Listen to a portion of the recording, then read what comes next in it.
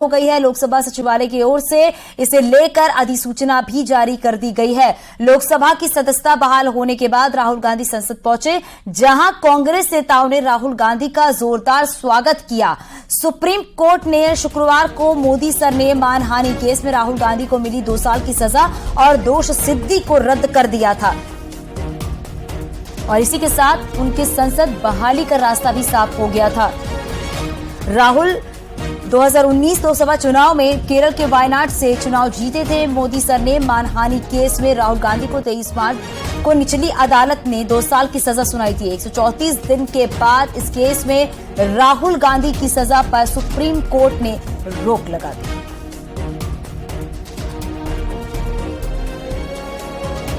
केंद्रीय मंत्री अनुराग ठाकुर ने राहुल गांधी और विपक्षी गठबंधन इंडिया पर करारा हमला किया है। अनुराग ठाकुर का आरोप है कि कांग्रेस देश को तोड़ने वाले विदेशी प्रोपेगेंडा के साथ खड़ी दिखाई देती है। साथ ही केंद्रीय मंत्री ने राहुल गांधी पर निशाना साधते हुए यह भी आरोप लगाया है कि राहुल चीन की तारीफों के पुल बांधते हैं और विदेशी धरती पर निंदा करते हैं।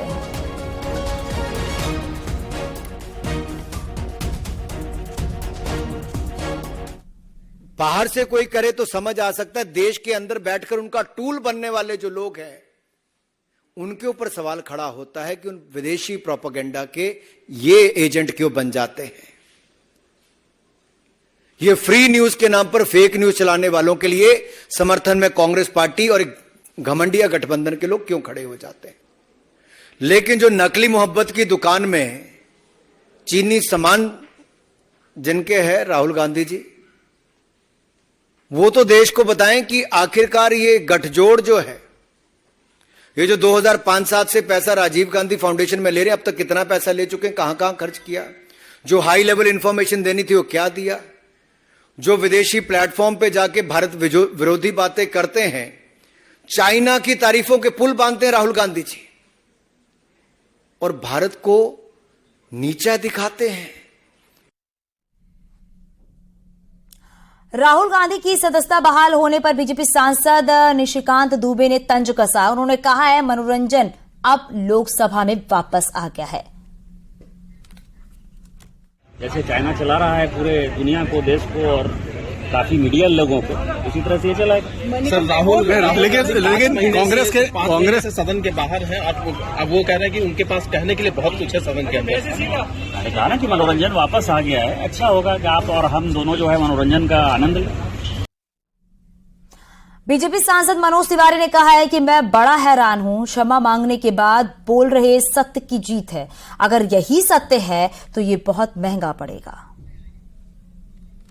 राहुल गांधी की सदस्यता बहाल हो गई। कांग्रेस का कहना है कि सच्चाई की जीत हुई है। यहाँ पे मैं बड़ा हैरान हूं कि आप किसी को गाली देते हैं, एक व्यक्ति को ही नहीं पूरी कम्युनिटी को, ओबीसी समाज को।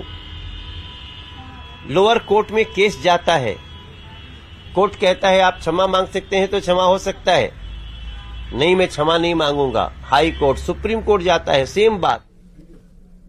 मध्य प्रदेश में इंदौर के पास लापरवाही के चलते कार कुंड में गिर गई। आसपास खड़े लोगों ने दंपत्ति और बच्चे को बचाया।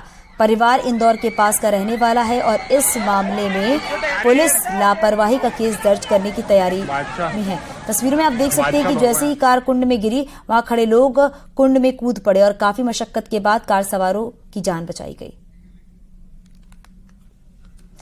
तस्वीरें आप देख सकते हैं, एक्सक्लूसिव तस्वीर आप देख रहे हैं। एक लड़के ने बचाई है तीनों की जान और इंदौर के पास कुंड में जब ये कार गिरी उस वक्त की तस्वीरें आप देख सकते हैं। कैसे अचानक ये कार इस कुंड में गिर गई, अफरा-तफरी मच गई,